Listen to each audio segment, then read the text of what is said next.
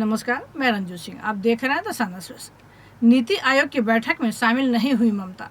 राजनीतिक तौर पर प्रधानमंत्री नरेंद्र मोदी के घूर विरोधी राजनीतिक दलों के साथ एकजुटता दिखाते हुए पश्चिम बंगाल के मुख्यमंत्री ममता बनर्जी भी नीति आयोग की बैठक में शामिल नहीं हुई। शनिवार को हुई इस बैठक का बहिष्कार करने के लिए तृणमूल ने अजीबोगरीब तर्क देते हुए कहा कि ममता को बोलने के लिए वक्त नहीं दिया जाता है। अब आर्थिक विशेषज्ञों का मानना है कि ममता बनर्जी का इस बैठक में शामिल नहीं होना राज्य के लिए काफी नुकसानदेह है। दावा किया जा रहा है कि इससे राज्य के बकाये के संबंध में जो सार्थक मांग की जानी चाहिए उस मंच को सरकार खो चुकी है। बिजनेस मैनेजमेंट में पीएचडी दक्षिण कोलकाता के एक जाने माने कॉलेज के प्रिंसिपल और भाजपा की आर्थिक शाखा के संयुक्त संयोजक डॉक्टर पंकज राय ने कहा कि यह एक बहुत बड़ी गलती है। मुख्यमंत्री ममता बनर्जी एक साल से इस बात को मुद्दा बना रहे हैं कि केंद्र सरकार राज्य के योजनाओं के लिए फंड नहीं दे रही है। उन्होंने इस मुद्दे का राजनीतिकरण किया। यह उनके लिए इस आवंटन के नीति निर्माताओं के समक्ष तथ्य और तर्क प्रस्तुत करने का एक बड़ा अवसर था, लेकिन वह बैठक में ही नहीं गई। जाहिर सी बात है कि फंड नहीं मिलने का मुद्दा अब विवाद का मुद्दा बनता जा रहा है।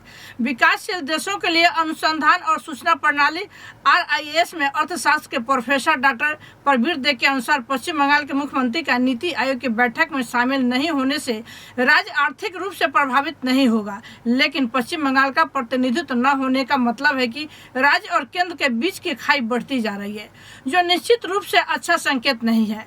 आज की बैठक में केंद्र सरकार की मंशा विकसित भारत 2047 का खाका पेश किया गया। 2047 तक भारत विकसित देश बन सकता है। भारत को एक मजबूत विकसित देश बनाने के लिए राज्यों की पूर्ण भागीदारी की आवश्यकता है।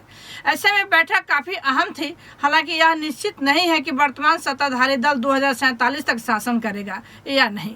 राजनीतिक मतभेदों के बावजूद प्रधानमंत्री की अध्यक्षता वाली ऐसी बैठकों में राज्यों का अच्छी तरह से प्रतिनिधित्व किया जाना चाहिए। भाजपा राज्य कमेटी के सदस्य सुदीप्त गुहा ने कहा कि पूर्व प्रधानमंत्री जवाहरलाल नेहरू ने राष्ट्रीय योजना के विचार पर ध्यान केंद्रित किया, जिसके बारे में नेताजी सुभाष चंद्र, मेघनाथ साहा, M विश्वेश्वरैया और अन्य ने 1939 में बात की थी। लेकिन शहरी विकास की योजना बनाते समय साल्टलेक, चंडीगढ़ और गांधीनगर को एक सांचे में नहीं ढाला गया।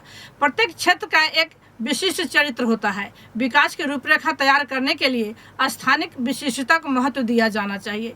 इसीलिए योजना आयोग के ढांचे में बदलाव कर नीति को लागू किया गया है। मुख्यमंत्री ममता बैठक में शामिल ही नहीं हुई तो जाहिर सी बात है वह इन चीज़ों से बहुत अधिक सरोकार नहीं रखती, यानी उनकी सोच विकास की नहीं बल्कि राजनीतिक केंद्रित है।